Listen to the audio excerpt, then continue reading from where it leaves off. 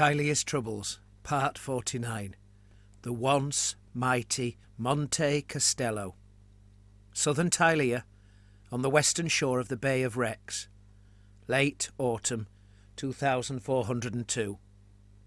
The conversational parts of this story were, for obvious reasons, co-written with General Valckenburgh's player, my good friend Ant. As his scouts gave their report, Captain General Jan Valckenburgh perused the map they had provided, assessing the sketch in light of their words. They were good men, ritters from the wasteland, and seasoned soldiers in good standing with the company, so he knew he could trust their account. "Captain General, the walls already have a number of breaches," explained Tommel, who had drawn the map. "Even the gate tower is thrown down. There's no sign of the engines that did the damage, but the remains of the Goblin siege works can still be seen around the citadel." Tommel pointed to certain lines on the map as he explained. The castle walls themselves were drawn thick, while thinner marks traced a vaguely crescent-shaped circumvallation of earthen forts outside. The scout now indicated the gaps in the walls. The repairs to the breaches are mostly double-timbered walls, filled with rubble and not all completed. They're being worked on right now, but idly, and only by a handful of goblin runts and orcs. Captain Single, the company's chief engineer, broke in, eager to offer his informed opinion. "General, their works are quick and shoddy, nothing more than deal-board and old timbers filled with rubble. They might repel attackers lacking any artillery, but even then they would be very easily set alight and so destroyed." Nodding, General Valckenburgh pointed in turn to each of the breaches illustrated, as if to acknowledge their presence. Then he gestured to Tommel to continue the report. "They presumably had artillery pieces when they took the castle. They do not seem to have them now," the scout went on. "There are bolt throwers on 3 of the towers, and a stone thrower oddly positioned forward of the gate. Most are crewed by goblins, but we saw some orcs too." "How strong is the garrison?" asked Valckenburgh. "From what we could see, not overly large, General. But who knows what else lies hidden? Goblins can be sneaky like that." The Marienburger general was still running his fingertip over the map, mentally placing the forces at his disposal. Assuming the greenskins had no proper artillery, his guns could pound the walls with impunity. The great siege piece would certainly make short work of any defences, no matter how well made, and should very quickly smash through a patchwork of rubble-filled planks. This did not mean it would necessarily be an easy or a quick fight, however, especially if the goblins could defend the re-breached sections in strength. He knew from experience that an assault over defended piles of rubble could become a brutal, bloody and drawn-out affair, and he was keen not to waste the lives of his men. As the year had turned, however, he could not afford a protracted siege either. There was also the fact that the greenskins had access to the sea, and so might possibly be supplied by ships. Captain Single had earlier suggested that only the insane would venture to sea in a supply-laden vessel in the autumn storms that lashed the Black Gulf. Yet greenskins were not known for their sanity. Valckenburgh, currently, had no means to blockade the sea lanes. The men around him were waiting in silence while he deliberated. He approached the decision something like his brother might have weighed up the pros and cons of an investment, balancing his long-term plans, the available options, and both the factors that he could and could not control. Finally, he addressed the scouts. "Well done. Take your troop and range out. Make sure there are no hidden bands of goblins concealed inside the walls. I want eyes on the castle too, in case they are massed within in strength. If you hear battle, fall back to the reserve position." Then he turned to his officers. "Captain Single, move your train into range of our largest pieces. If you wish to employ the abandoned siege works, for they should be very well placed to target the repaired breaches, first ensure they are safe. Then make all necessary improvements with gabions and palisadoes. I doubt the greenskins did a good job. Colonel Van Hal, order your men to invest the castle, and Captain Van Ruin, prepare your rodoleros for the attack. You will follow Ogbot's ogres in as soon as a suitable breach is made. The firelocks will provide cover." The company snapped to attention, the officers giving stiff bows. This was not a sign of naive eagerness, however, for all of them were professionals, who knew their trade well and had confidence in their commander. Hunched behind some rocks, the three of them had a good view of what remained of the castle gate, or at least they would have done if they had the nimble eyes of hawks. Luckily, Tommel had a spyglass to compensate. He scrutinised, while Ruttiger and Halmut squinted. "Definitely something coming out now, carrying pikes," Tommel said. "They're marching and being neat and tidy about it." "So they're not goblins, then?" asked Halmut. "Of course they are," said Ruttiger. "What else would march out of there?" "I was joking," explained Halmut. Tommel shifted himself and wiped the end of his spyglass with a linen cloth. "They're goblins, all right, and plenty of them. Came out in a column of twos on account of the timber hoarding making the gateway so narrow. Now they're doubling up their front. Like I said, neat and tidy. We've seen it before, at Pavezzano and Capelli." "At Pavezzano they just walked into our guns. They weren't so neat and tidy then," laughed Halmut. "Guns'll do that," said Ruttiger. "Wait!" blurted Tommel, surprising the other two men. Halmut stiffened, while Ruttiger got part way through drawing his blade. "They've stopped," Tommel added. "And so did my heart there for a moment," complained Halmut. "Why not save your sudden shouts for the moments that matter?" "What are they doing now?" asked Ruttiger. "They've divided into two columns, each turning to face the flanks. Then step forwards, doubling from the rear to form one rank upon either side of the road. Someone's been teaching them how to look like real soldiers." "You're like a living drill manual today. It's very educational," said Halmut. "I think the General's recent praise has gone to his head," added Ruttiger. Tommel ignored them. "One of them has split off. He's the one shouting orders. They've about face to line the road upon either side." "I can see that much myself," said Halmut. "They must be planning on a parade." Ruttiger laughed. "You're not far wrong. I reckon they're doing this for our benefit. They're showing strength, in numbers and discipline, as well as how unperturbed they are by our presence. You have to admit it, it's impressive for goblins." "Anything beyond farting's impressive for goblins," said Halmut with a snort. Then his brow furrowed. "Why are they doing all this, though? Why don't they just man the walls and wait for us to make a move?" "Hang on. I see why," announced Tommel. "Come on, follow me. Let's get a closer look." "Makes perfect sense," said Ruttiger sarcastically. "3 men should do well against an entire greenskin army." "Ha!" snorted Tommel. "I don't think they're sending an army out. They're coming out to talk." On lower ground, the 3 of them could get much closer, while remaining concealed. They watched as a little band of banner-bearers and hornblowers emerged, led by several meaner-than-average-looking goblins. "This wasn't the best idea you've had, Tommel," complained Halmut. "They could be at the head of an army, and if they have wolf riders among them, I doubt we'll be attending supper tonight." Once again Tommel was playing his eyeglass upon the scene. "No," he said quietly. "There's no army behind them. There's just what you see. A bunch of bloody banners and bosses. I knew it. They're coming out to parley."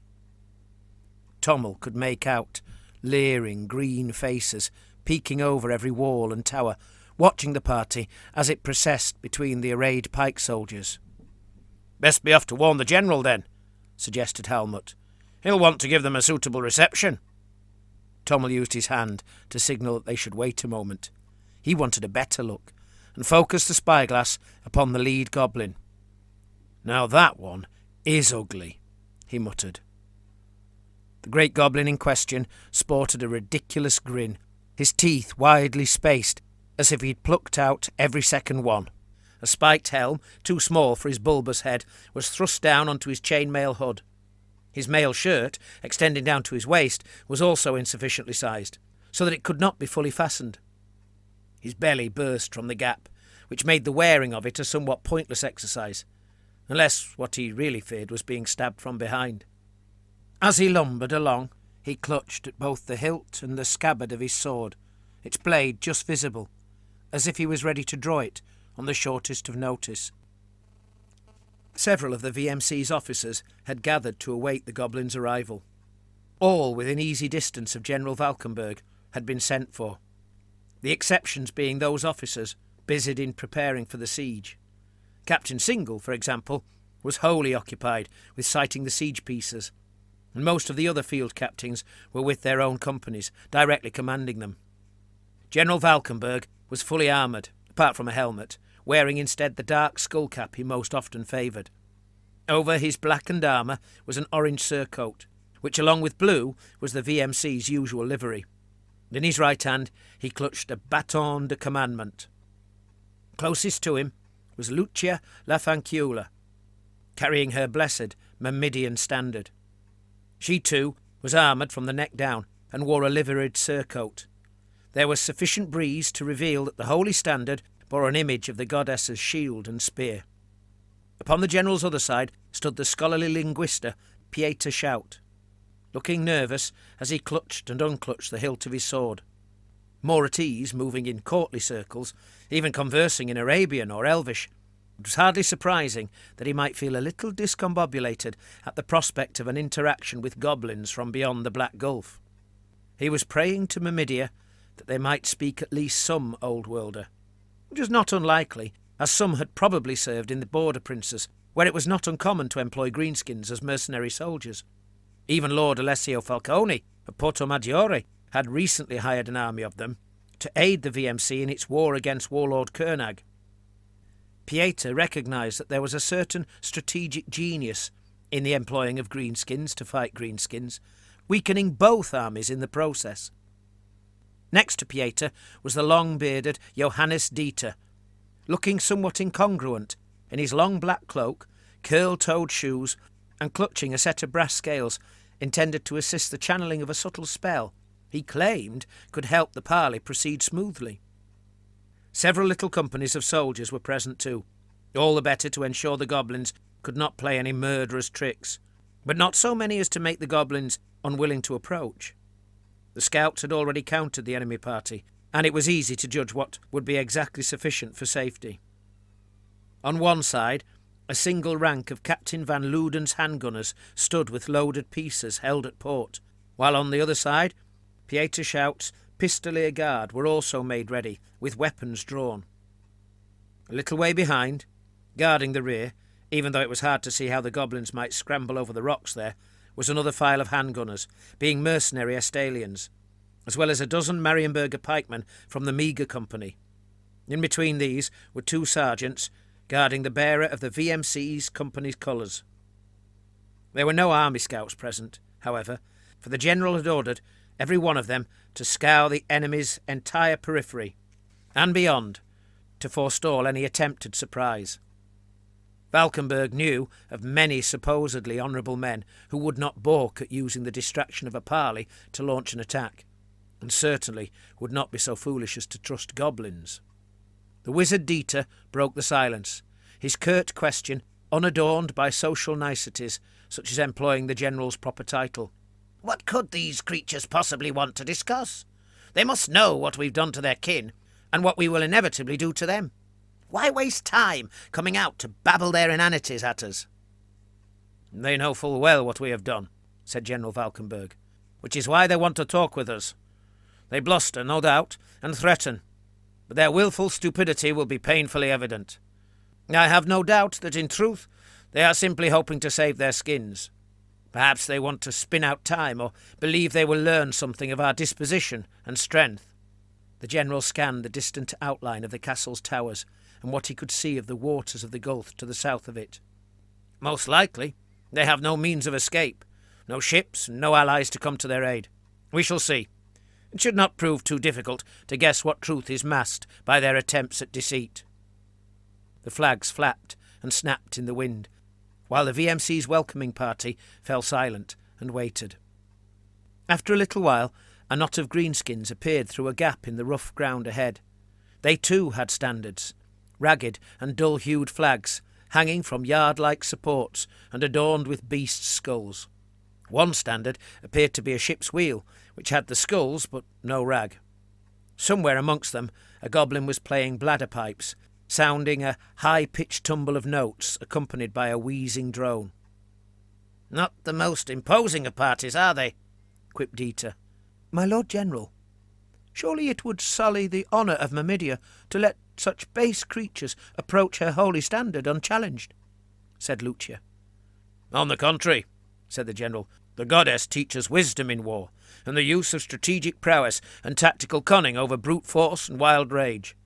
And to see what we can learn. I have seen them attempt to fight, said Lucia. Tactical cunning is not necessary to beat them, just sufficient numbers and a modicum of discipline. The general glanced at her, reminding himself how young she was, and that all she had seen of war was the battles at Pavazzano and Capelli. They are now behind walls, my lady, he said, and I do not have time to waste. I want this fight over and done with as soon as possible. I want this land made safe and quickly productive. There are greater threats to the north. We've already spent far too long chasing goblins hither and thither.